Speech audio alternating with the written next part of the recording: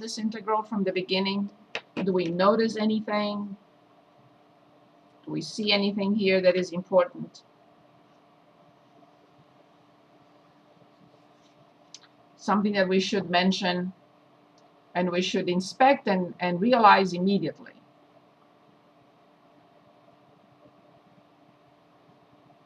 Anyone? It's okay if you're wrong. Just say something, please. Both sides are functions. Say it again, Rick. Right at this one.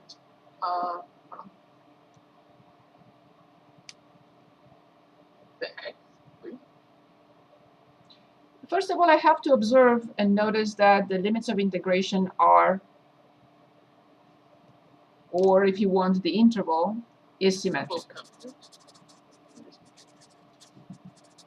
Every time I see a symmetric interval, assuming that the function is continuous, the function is continuous between negative pi over 4 and pi over 4. This is always continuous, this is always continuous. And tangent, remember, the graph of tangent has vertical asymptote at x equals negative pi over 2 and x equals pi over 2. But negative pi over 4 is here and pi over 4 is here, and the function is continuous between these two. So the function is continuous. The interval is symmetric. What did we say some time ago? What do we check? If the interval is symmetric, what do we check?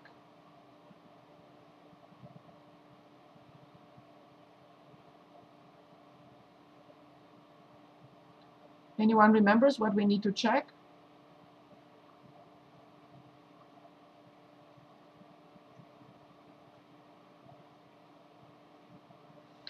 We have to check whether the function is odd or even. What happens if the function is odd on a symmetric interval? What will the answer be? 0? Yes. What will happen if the function is even? What will the answer be? Twice the integral from 0 to pi over 4 from f of x dx. So all we have to now to do is check whether the function is odd or even. How do we check odd or even? We always have to determine f of negative x. If it equals f of x, the function is even. If f of negative x equals the opposite of the function, then the function is odd. So regardless of what I'm doing, I have to find f of negative x. So I'll take the function and plug in negative x in it. So on my page 4. So f of x is x to the third plus x to the fourth tangent x.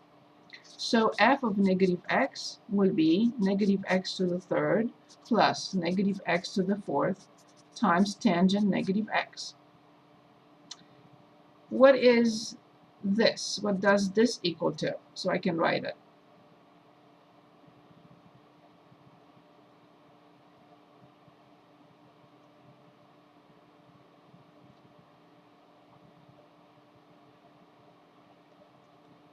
Negative x To the third. What do I write for negative x to the fourth? positive. Good, awesome. What do I write for tangent negative x?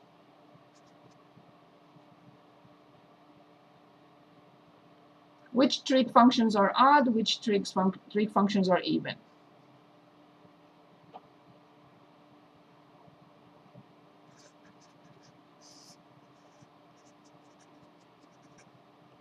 There are only two trig functions that are even. The ones that have cosine in them or only cosine in them.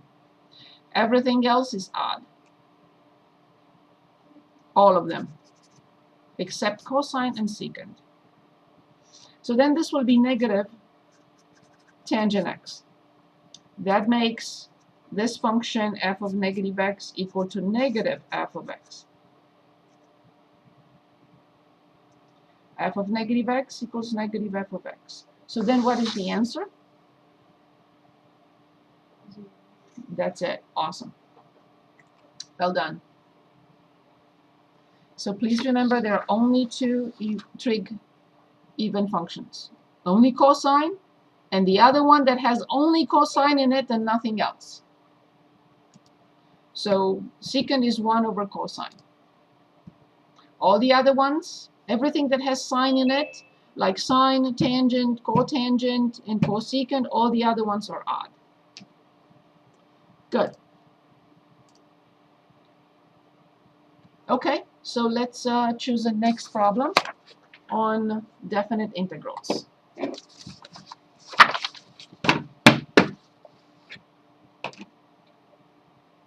Anyone would like to choose?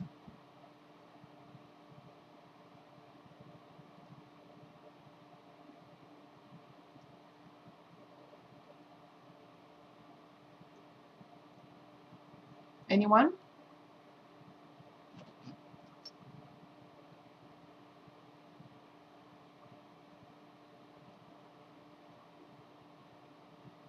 So we don't need any more examples on definite integrals? Do number 77. 77, very good, awesome. 77, we have the integral from 0 to 1, e to x plus 1 over e to x plus x dx.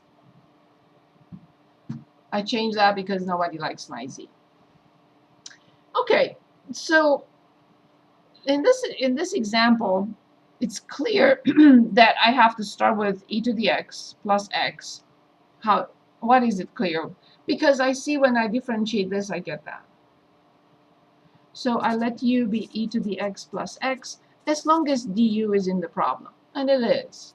E to the x plus 1, don't forget, times dx. So the numerator is right there. E to the x plus 1 times dx. This is my du. And this is du. Yes, of course, I have to check that this function is continuous on 0, 1. Otherwise, I cannot use the fundamental theorem of calculus. So this is always positive, right? And x is between 0 and 1. So these two are two positive numbers. Even if it's 0, this is 1, and plus 0 is 1. So the function is not undefined. So it's continuous on 0, 1. Good. So then from here I continue. Do not copy the limits of integration. So I have du over u. So now when x is 0, what is the lower limit for u?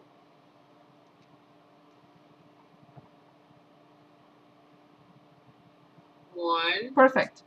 And when x is 1, I have e plus 1. That's another number. It looks fancy, but it's just a number. I know the answer here is natural log of the absolute value of u from 1 to e plus 1. Yes, there is no need for the absolute value bars because this is a positive interval. I plug in the top minus when I plug in 1, but that's 0. And this is final. If you want to approximate it, you can. But you have to write it as is first. Good pick.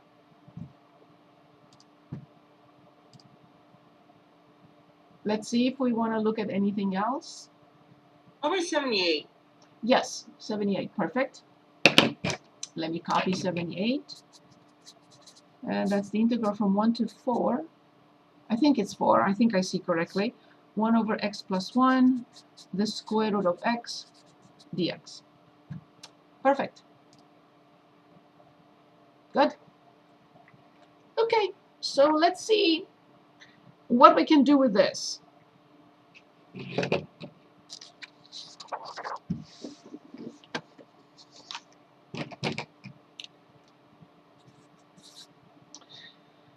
First of all, between 1 and 4, this is not 0 and this is not 0, so the function is continuous on the interval 1, comma 4. So we are safe on that. So what can we do here? Let's think about some options. Right now, when I'm looking at it, nothing comes to mind. I don't know what will work. So here, by simply looking at it, I said, oh, simple. When I differentiate this, I get that. So I know it's going to involve a natural log. I already saw that from the beginning, and with all the other ones. But for this one, I really don't have any idea. So I'm going to have to try different things. Now, if I say, I don't know if I'm on the right track yet. If I say, let u, because this I really don't have much to do with that. So this is my pain in this function. When I visually inspect this function, this is okay, right? There is nothing I can do to it. But maybe this is the issue, I'm thinking. So as long as du is in the problem or easy to make up. By easy to make up, I mean a number is the only thing that I need to work on. Ah, I see it. Okay? I don't know. Don't write this just yet. I don't know if I'm getting where I would like to go. So what is the issue? I have the 1 over the square root of x, 1 over the square root of x, and I have the dx. What I don't have is the 2. Who cares? Multiply by 2 and divide by 2. So for now, I'm okay with this, and this, and this, and this. 1, 2 the square root of x, and dx are all in du. Okay, but now I have to think about what to do with this. So let's see. If I square both sides, I get u squared equals x, and x plus 1 will be nothing else but u squared plus 1. And I think we are getting somewhere now. So I'm jumping over all my gibberish here. I have the 2 in front. Do not copy the limits of integration, please. Again, I have 1 over 2 the square root of x and dx, which is du. And in the denominator, I have x plus 1, but x is u squared and 1 is 1. So I have u squared plus 1. Beautiful. However, it's not done. When x is 1, what is the lower limit for u?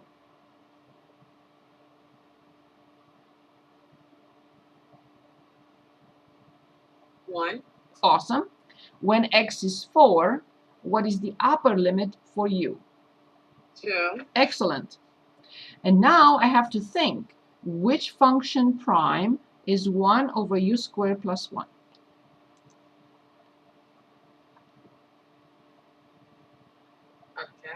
Excellent. Awesome. Indeed.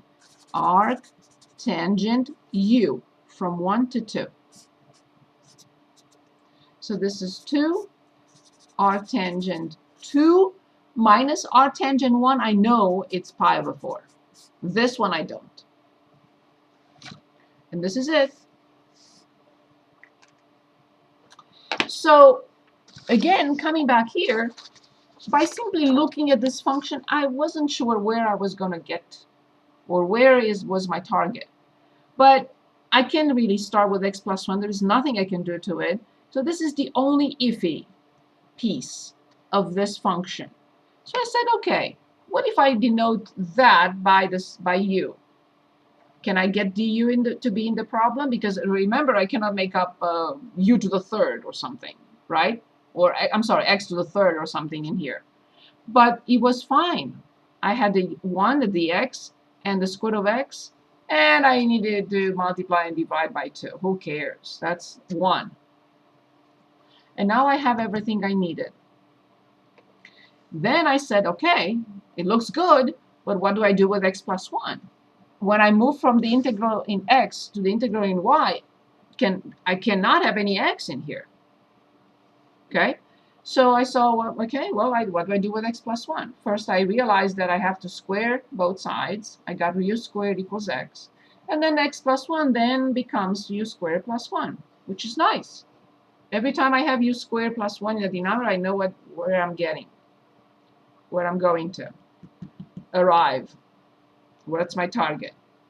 Remember to change the limits of integration. You cannot copy the limits from 1 to 4 that belong to x to u. You cannot. You have to determine them through the function we just created. So when x is 1, the limit is 1. When x is 2, the limit is 2. When x is 4, the limit is 2. So we got that. Very good pick. Thank you. It was a very interesting problem.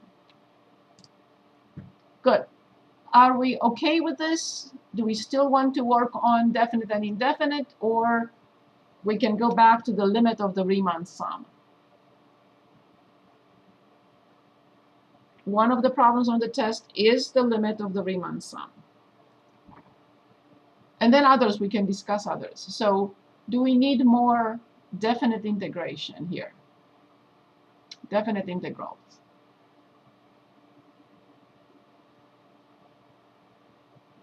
Can we do a problem on the Riemann sum? Oh, yes. So can we move away from this, or do we need anything else here? Anyone?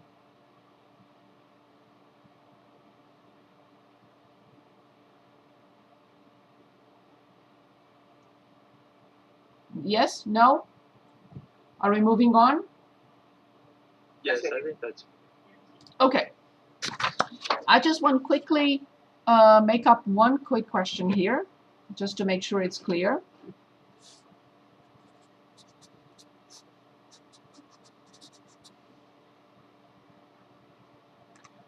Can anyone guide us through this?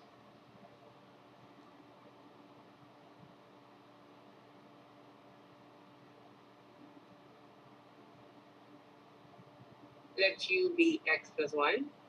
Okay. Then we du equals 1 dx. Good.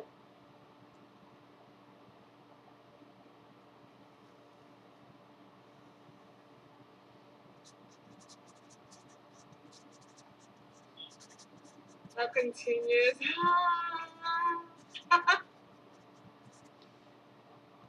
So we say FTC not applicable. Good. Now, I want you to make up a function, any function you want, either linear, quadratic, or cubic, nothing else, and give us an interval so we can illustrate the limit of the Riemann sum. Any function you want. I wouldn't recommend linear, it's too easy. Either quadratic or cubic. And let's illustrate when we also need an interval. And let's illustrate the limit of the Riemann sum.